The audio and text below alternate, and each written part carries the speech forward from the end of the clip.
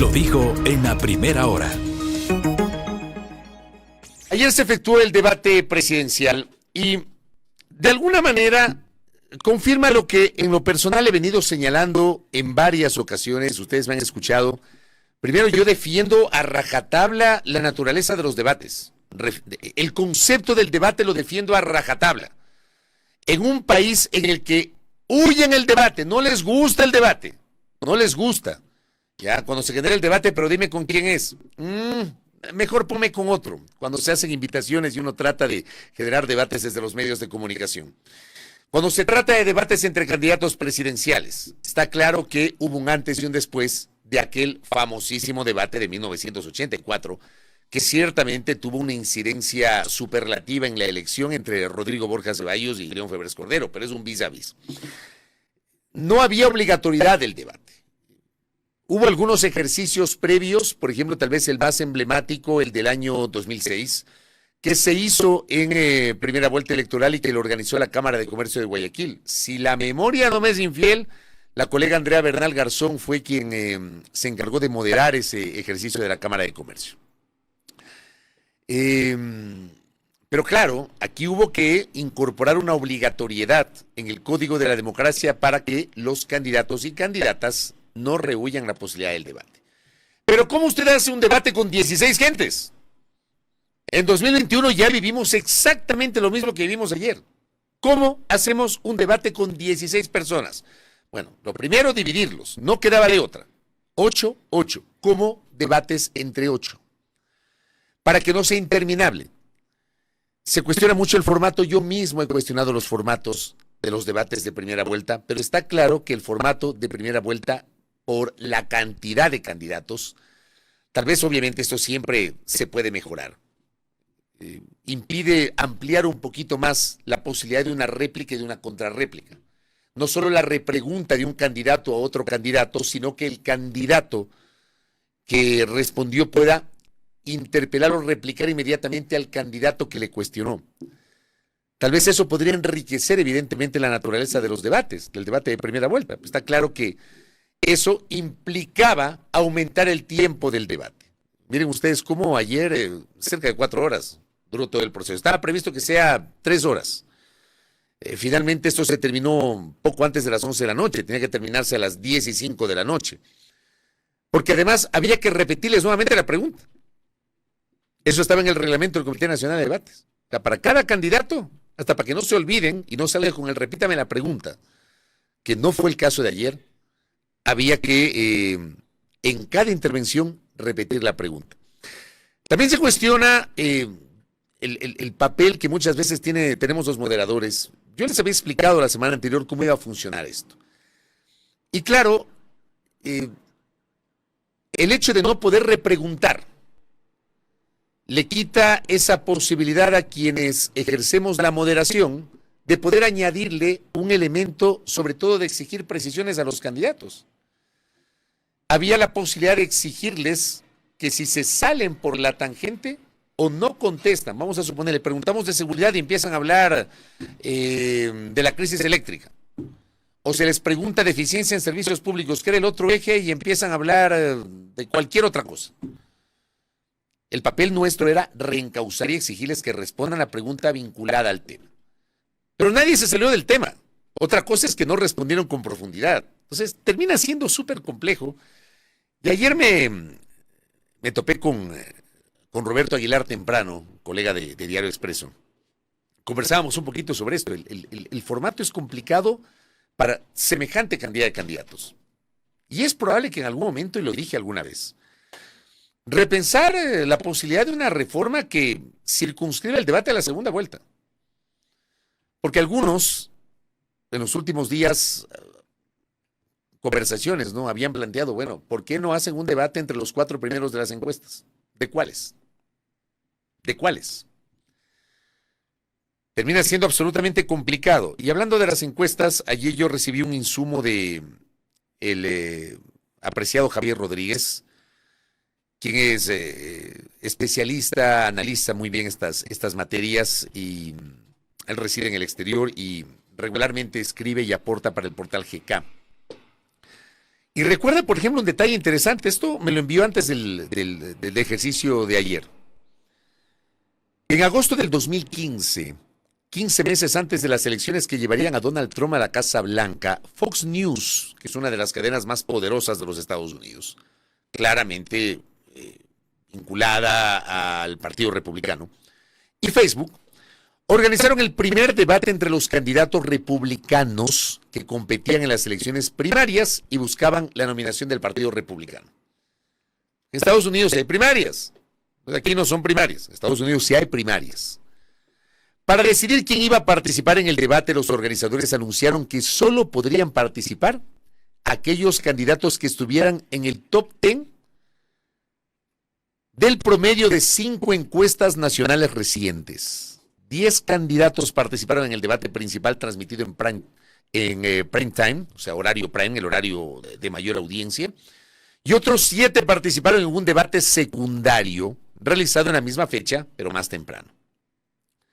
Los organizadores utilizaron las mismas encuestas también para decidir las posiciones de los candidatos en el escenario, con los candidatos delanteros en las mediciones siendo colocados en los podios centrales y los candidatos que estaban más abajo en el ranking ocupando los podios laterales. Las encuestadoras de mejor reputación se negaron a participar en el promedio de las mediciones que determinaron la participación o la posición de los candidatos en el debate. Sus directores dijeron que sus encuestas en realidad no estaban diseñadas ni tenían el propósito de orientar la atención del electorado de esa forma. Las encuestadoras más audaces se prestaron para hacerlo y Donald Trump ocupó el podio central. Yo creo que este es un insumo interesante sobre algo que también se ha estado diciendo. Si, por ejemplo, hacemos un debate de primera vuelta con las 4 primeras ubicaciones, ¿a quiénes ponemos? Si las propias encuestadoras no se ponen de acuerdo. Si tenemos diversas mediciones acá. Si además tenemos encuestas que por ahí aparecen y no se sabe la ficha técnica. ¿No será que luego de 3 ejercicios, 2021, 2023, 2025, repensamos una reforma para que no haya debate presidencial obligatorio en primera vuelta, pero sí en segunda vuelta? Porque entre 2, en efecto, es un careo, es un debate, un cara a cara, un vis a vis. Y también, por supuesto, teniendo esa posibilidad de entre 2, que quien ejerza la moderación tenga la posibilidad de repreguntar. Yo viví esta experiencia ayer. Agradezco los saludos, las palabras de apoyo y también las críticas. Pero créanme, el formato con la cantidad de candidatos no permite salirse de ese esquema, porque de lo contrario esto se vuelve inmanejable. Una réplica contra réplica, pregunta, repregunta, se vuelve totalmente inmanejable. ¿Qué me dice Carlitos de Tomaso? Sea como sea el número de candidatos y formato, el ejercicio del debate es interesante, de acuerdo. Yo pienso que lo que hay que hacer es elecciones paso para bajar el número de candidatos. Quien no supere el 3% queda fuera, como lo que hace en Argentina. Por ejemplo, coincido con eso. El problema es el sistema. El problema no es el debate, el problema no es el formato del día de ayer. No van a encontrar un formato ideal, créanme, porque es muy fácil llover sobre mojado y todos son generales después de la guerra. Entonces ya vivimos una experiencia en 2021, ya vivimos una experiencia en 2023, estamos viviendo una experiencia en 2025 y pasa exactamente lo mismo. Si en 3 ejercicios de debate en primera vuelta, con la cantidad de candidatos, hemos tenido el mismo problema, porque en 2021 se criticó el formato, en 2023 se criticó el formato, en 2025 se critica el formato, el problema entonces no es el formato, el problema es el sistema. Y con el sistema vamos a seguir teniendo un número inmanejable de candidaturas presidenciales. Hay que buscar mecanismos para regular el sistema en el futuro, para bajar el número de organizaciones políticas, muchas de las cuales, si me han escuchado a mí señalar esto en N cantidad de ocasiones, son organizaciones políticas de alquiler. Hay que establecer reglas mucho más estrictas para la presentación de candidaturas. Hay que obligar por ley a que los candidatos tengan cierto tiempo previo de militancia en la organización política que los representa. Ayer, por ejemplo, hubo una repregunta que le hizo uno de los candidatos al candidato Víctor Arauz, cuestionando, creo que fue Leonidas Issa el que le hizo la la pregunta, la interpelación, sobre los candidatos a la Asamblea Nacional. Y Víctor Arauz dijo, no los conozco porque yo no los escogí. Termina siendo insólito que el candidato presidencial no conozca de los procesos de democracia interna en la organización política por la cual está corriendo como candidato presidencial. O sea, sí resulta absurdo, pero es lo que pasa en la realidad. Y la respuesta de Arauz no es la primera vez que la escucho. En otras ocasiones ya se han generado estas respuestas, que los candidatos presidenciales no conocen los procesos de democracia interna de las organizaciones políticas que los representan.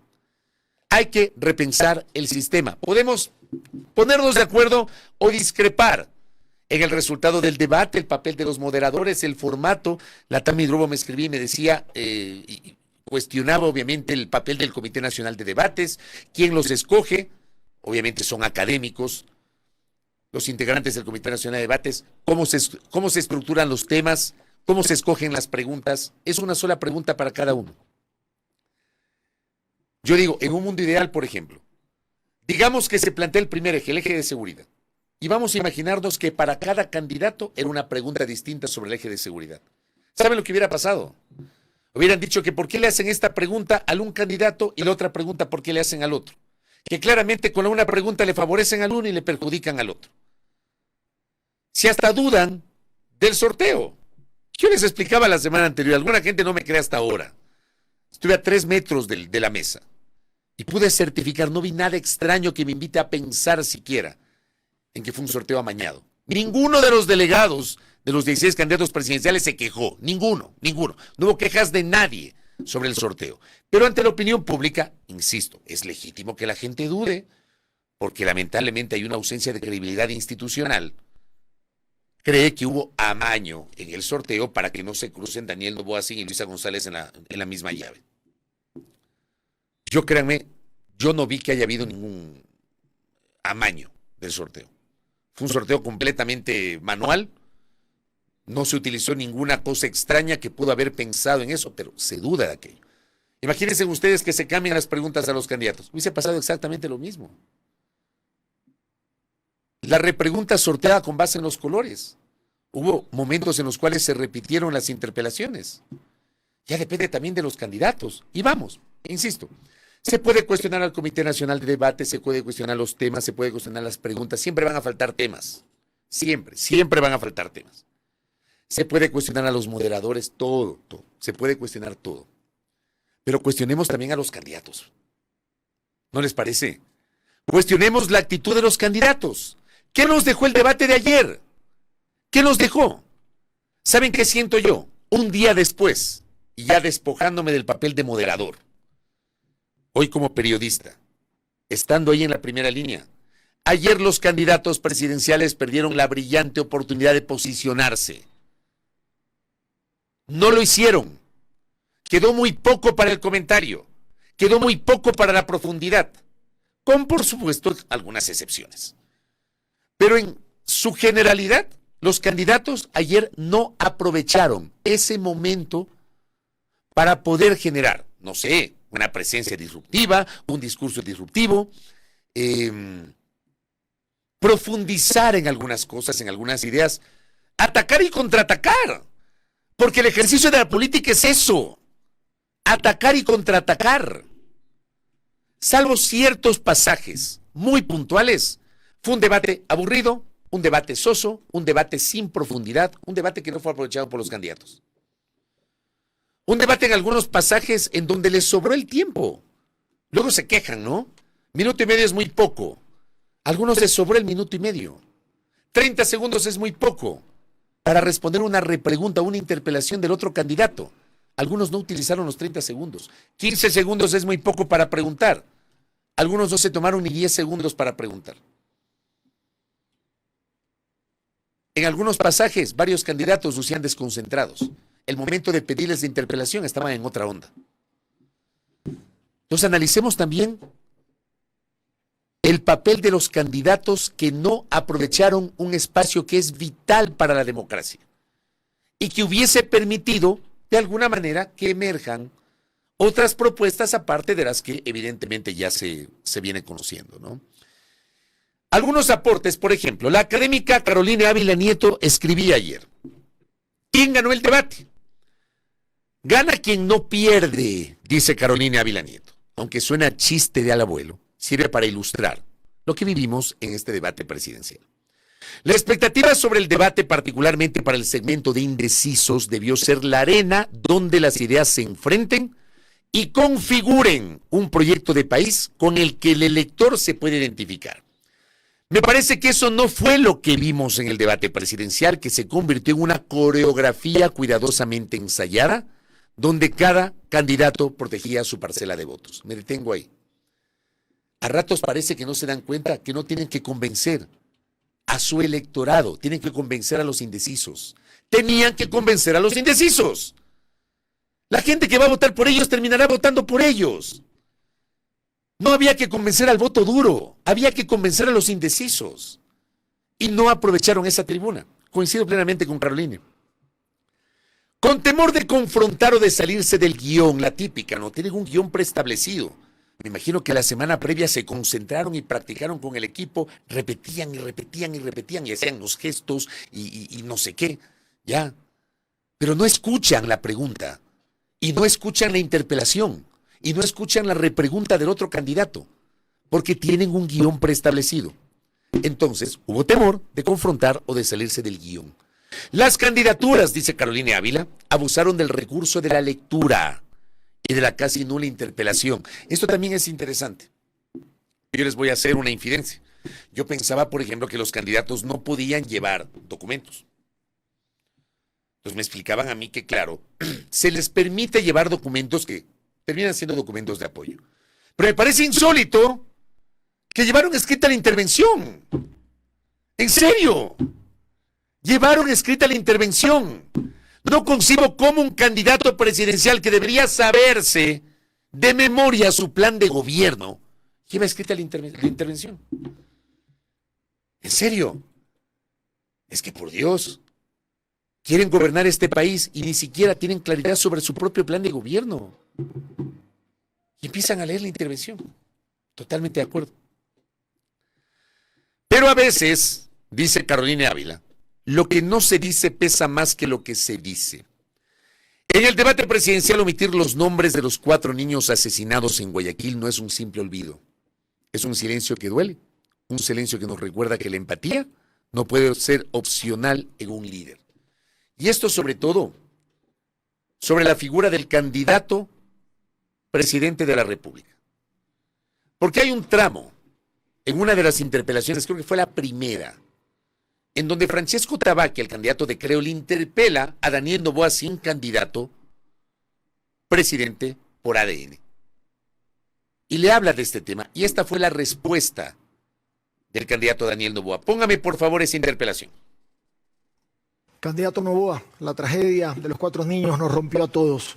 Muchos hemos callado, pero el presidente de la República no puede hacer silencio. Díganos los nombres de los 4 niños y decida si le pide perdón al país, que nos va a hacer bien a todos.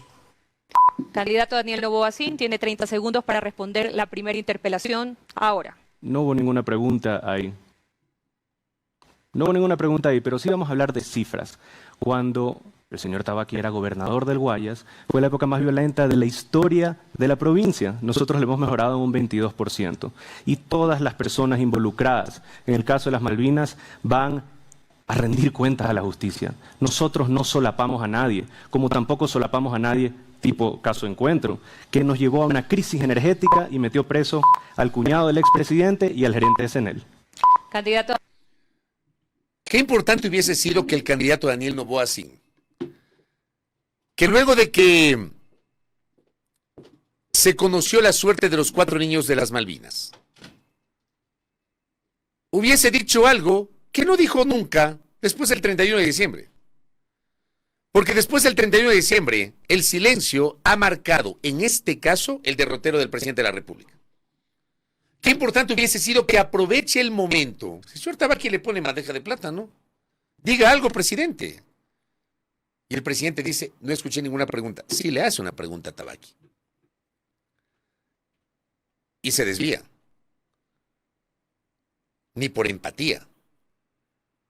creo que hubiese sido más importante que el presidente, a nombre del Estado ecuatoriano, le ofrezca disculpas a las familias de esos 4 niños. Pero eludió responder, lo cual termina siendo muy doloroso.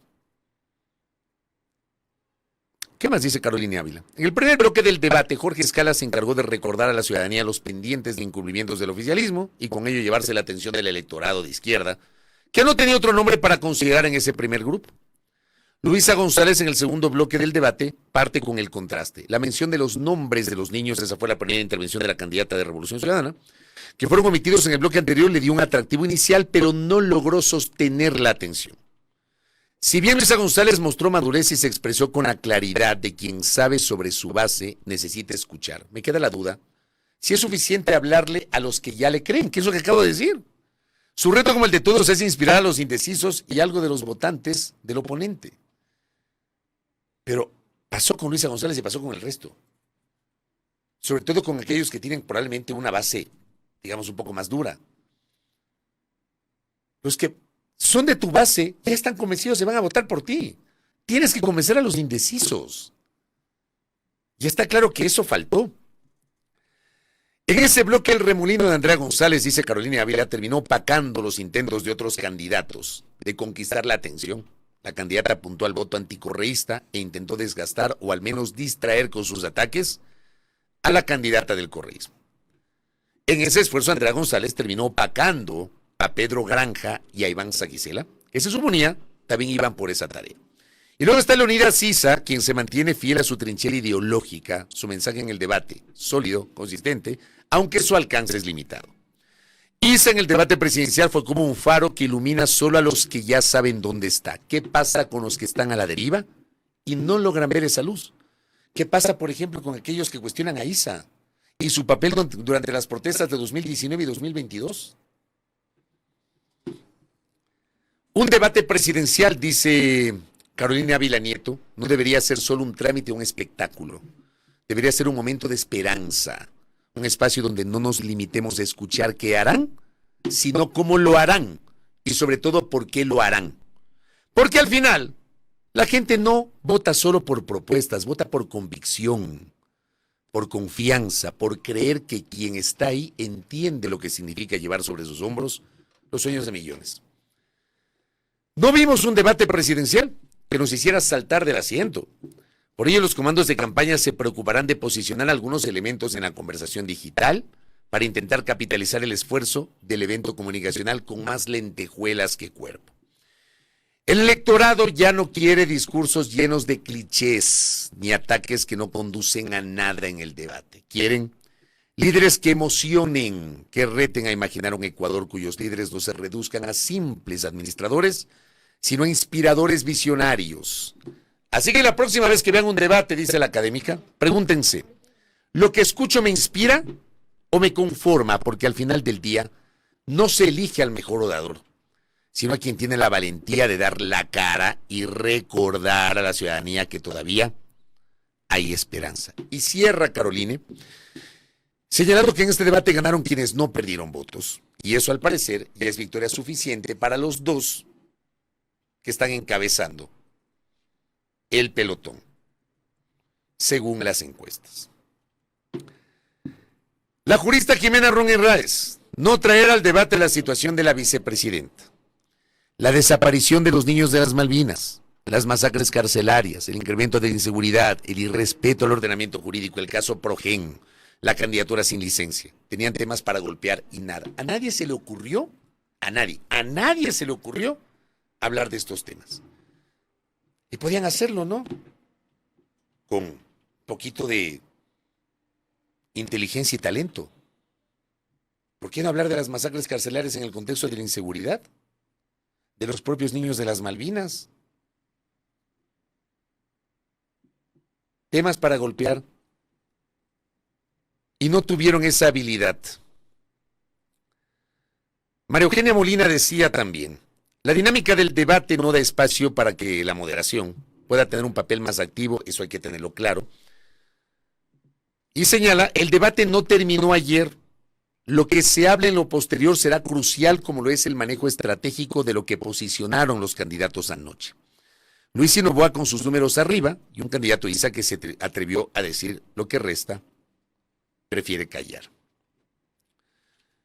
Y finalmente Pedro Donoso, dentro de los aportes de algunos especialistas en estas materias, lo importante del debate no está en el durante, sino también en el antes y después. La habilidad de los candidatos está en haber creado un framing días antes, reforzarlo con declaraciones previas, darle forma a sus exposiciones y posicionar ese resultado después. La interpelación, decía Pedro. Esta es la parte, por ejemplo, que no aprovecharon ayer los candidatos. No solo debe ser una pregunta. Los candidatos podrían criticar la respuesta de lo que dice el interpelado. ¿Saben qué es lo que pasa? Que no escuchan. Es casi como cuando uno va a la Asamblea Nacional y se abren los debates y tienen ahí los discursos hechos, ¿no? A mí me han escuchado decir en varias ocasiones de las cosas más horrorosas y espeluznantes en el Parlamento ecuatoriano. Debate y leen. No escuchan lo que dice el otro. Ayer pasó igualito. Como dice Pedro, la interpelación no era una pregunta, era una interpelación. Y claramente dijimos, la interpelación sobre la respuesta. Candidato tal, tiene 15 segundos para su primera interpelación sobre la respuesta del candidato tal. ¿Y saben qué pasaba? Que estaban volando o estaban en otra cosa. Como digo, toda regla tiene su excepción. Por supuesto que había candidatos que estaban más concentrados. Hablo de modo general. Y no particularizo para que no se asuma que uno quiere hablar bien de tal candidatura o mal de alguna candidatura. Pero en términos generales, no aprovecharon la interpelación para interpelar. Utilizaron la interpelación para una preguntita ahí que se les ocurrió hace rato. Algunos ni siquiera, sabiendo a quién les tocaba interpelar la primera pregunta. Porque había una pregunta con una respuesta de 90 segundos que formulamos, era la pregunta general. De ahí ya sabían quién les iba a interpelar. Lo lógico era que el que va a interpelar se prepare. O sea, candidato A, ya sé que voy a interpelar al candidato B, preparo la interpelación y le cuestiono, pero le escucho además. Y la segunda interpelación era una interpelación sorpresa. En algunos pasajes no sabían qué preguntar.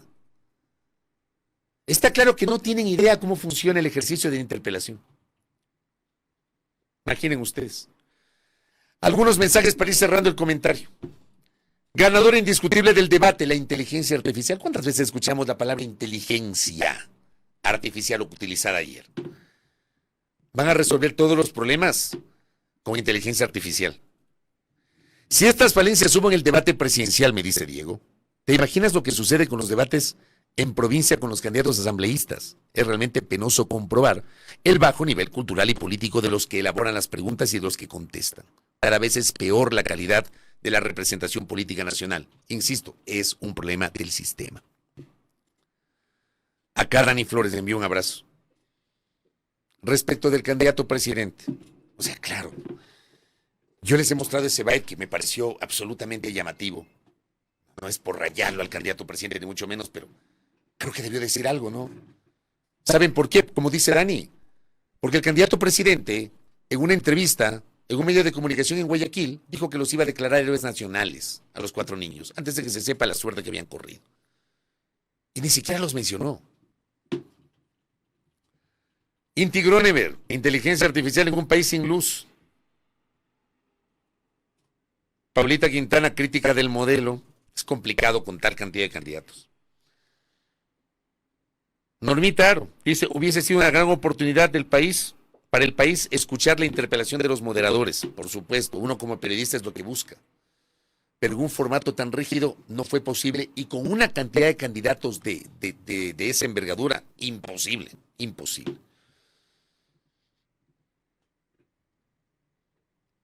Aquí Paulita dice, tenían un banco de preguntas que solo leían en las interpelaciones sin importar si era o no coherente. Mi doctor Francisco Herrera Arauz, preocupa que en todo el debate ni una letra sobre política exterior. El tema del asalto en la Embajada de México, ni siquiera se les ocurrió mencionarlo cuando es un bochorno internacional. Cecita Bermeo, hablando del papel de Andrea González, dice César, no presentó propuestas, pero claro, trataba de golpear en cada intervención a la candidata del correísmo, tomando en cuenta que Andrea González es una candidata que se presenta como claramente anticorreísta. Gracias, Carmita Leaga, por ese mensajito. David Paredes, las grandes ganadoras del debate fueron la inteligencia artificial que fue mencionada por todos los aspirantes presidenciales, pero más que nada, sus caras de asombro cuando los candidatos salían con sus particularidades y equivocaciones. Tiene la de Cucalón, póngame la de Cucalón, vea, póngale. La tiene ahí a la mano. Escuchemos a Cucalón. Creo que esa fue una de los pocos pasajes que se quedó en la retina de este debate, que fue su respuesta a una interpelación que le hizo el candidato presidente. ¿Lo tiene ya? Póngale.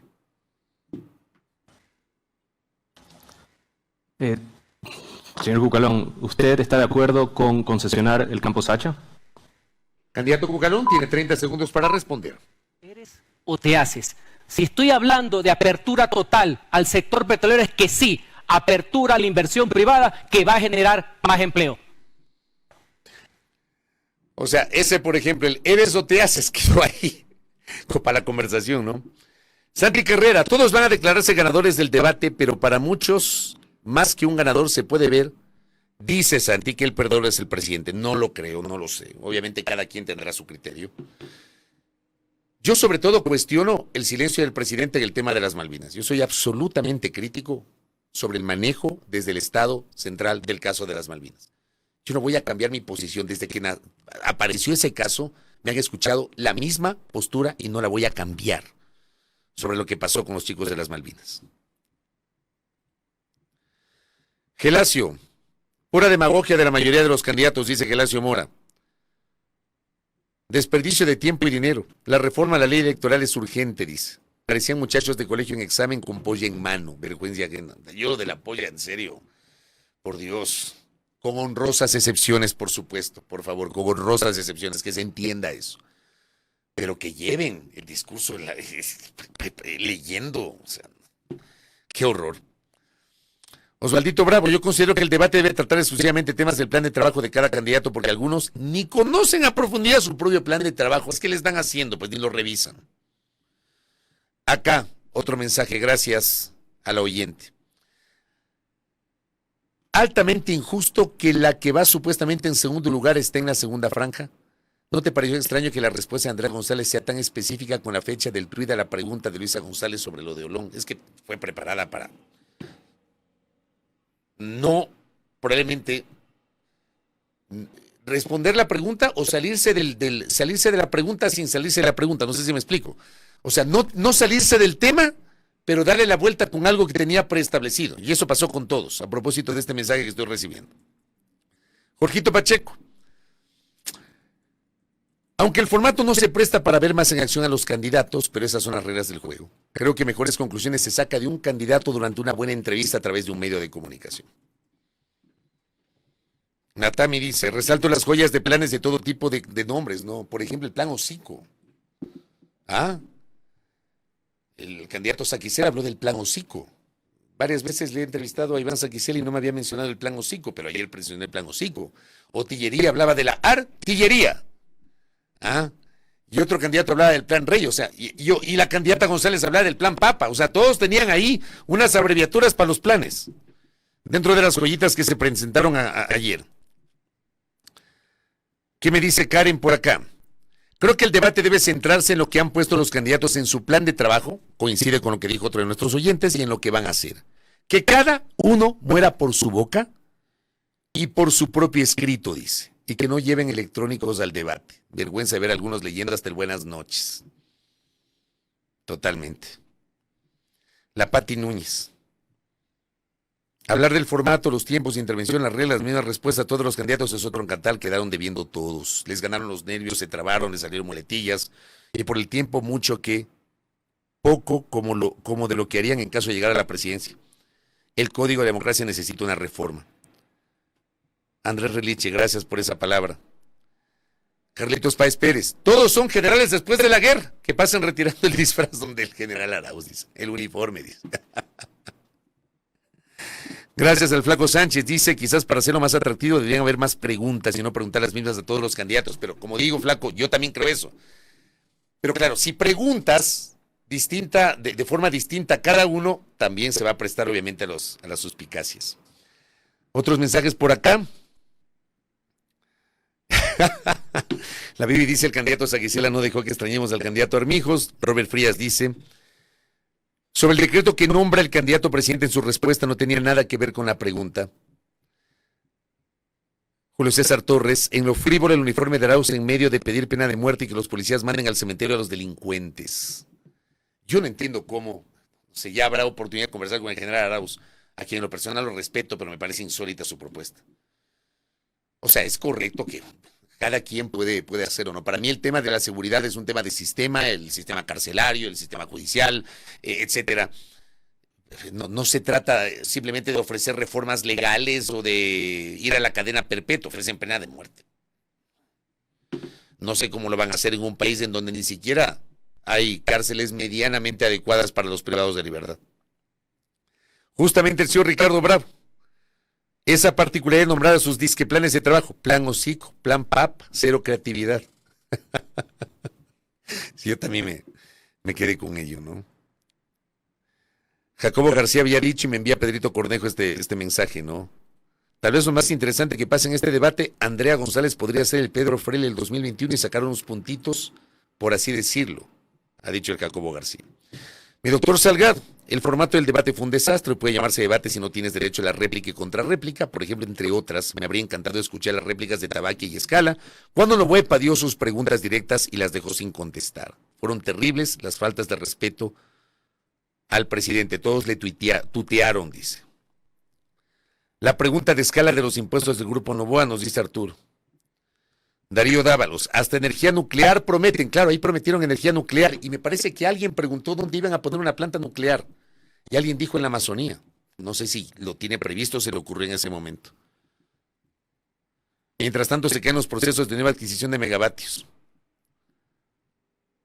Gracias también a la Vale San Martín, que obviamente está revisando el comportamiento digital del debate.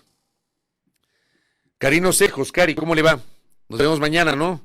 Varias propuestas que no tienen fundamento técnico, menos jurídico, sin contar que algunas preguntas no fueron contestadas. Acá la doctora Jaramillo.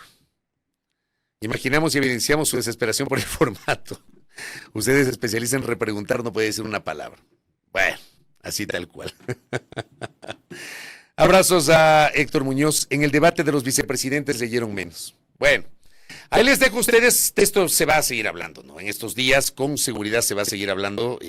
Va a haber mucho para comentar sobre el post-debate, pero como les digo, creo que todos coincidimos en que los candidatos en términos generales no aprovecharon esta brillante oportunidad de posicionarse. Y por Dios, apréndanse, aquellos que leyeron ayer, que no fueron todos, pero los que leyeron, hagan un mea culpa y apréndanse su propio plan de trabajo. Tengan la bondad, ¿qué han de hacer? Señorita Lani González, saludos cordiales hasta la ciudad de Loja. La Sofi Cruz, a ratos los planes parecían sacados por ChatGPT. Ahí está, para eso les usan inteligencia artificial. Ya me fui de largo con el comentario. Primera plana, todas las noticias, todas las voces.